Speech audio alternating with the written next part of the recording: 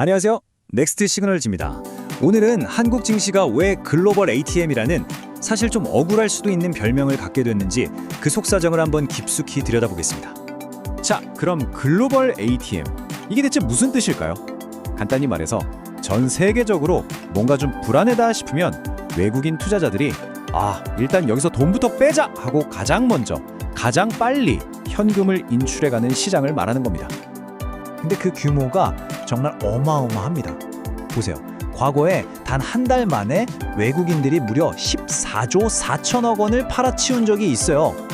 순식간에 돈이 썰물처럼 빠져나갈 수 있다는 걸 이 숫자가 딱 보여주는 거죠.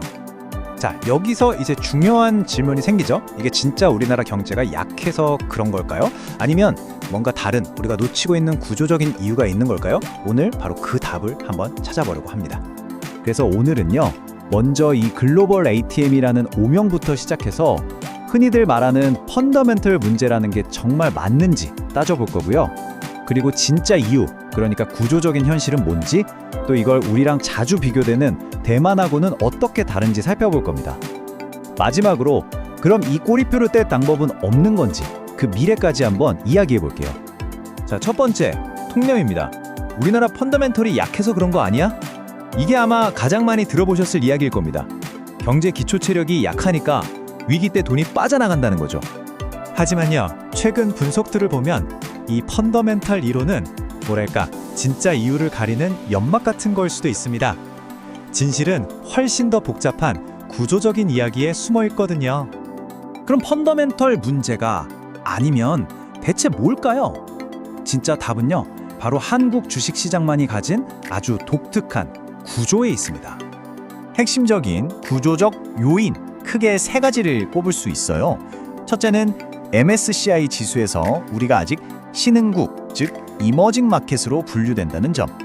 둘째는 돈을 넣고 빼기가 너무 쉬운, 그러니까 선진국 수준의 풍부한 유동성. 그리고 마지막으로 세계적으로도 아주 발달된 파생상품 시장을 가지고 있다는 점입니다. 바로 여기서 되게 재미있는 역설이 생기는 거예요. 보세요. 한국 경제 자체는 세계 10위권의 명백한 선진국이잖아요.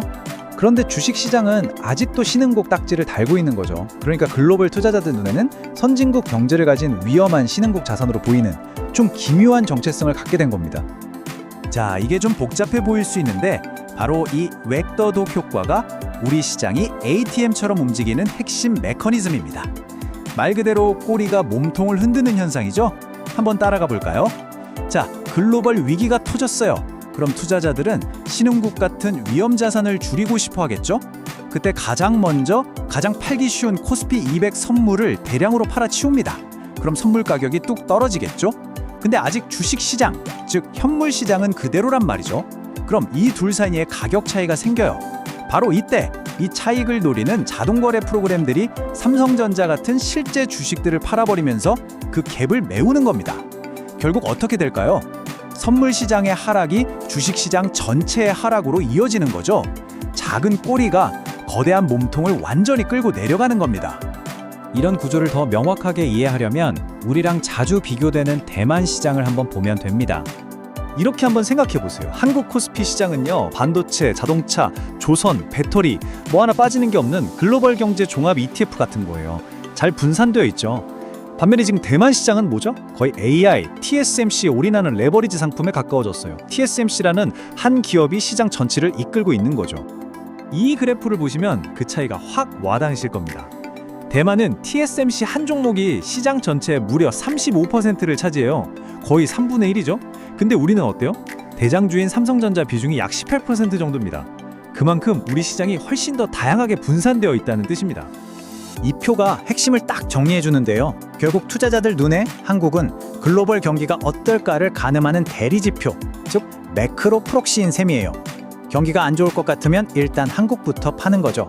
반면에 대만은 AI의 미래라는 하나의 강력한 테마에 베팅하는 곳이 된 겁니다. 그러니 글로벌 경기가 좀 흔들려도 AI의 성장을 믿는 돈은 대만에 더 끈끈하게 붙어있게 되는 거고요. 자, 그럼 이 억울한 ATM 꼬리표 영원히 달고 살아야 할까요? 어떻게 하면 이걸 뗄 수 있을지 그 길을 한번 찾아보죠. 다시 한번 정리해 볼게요.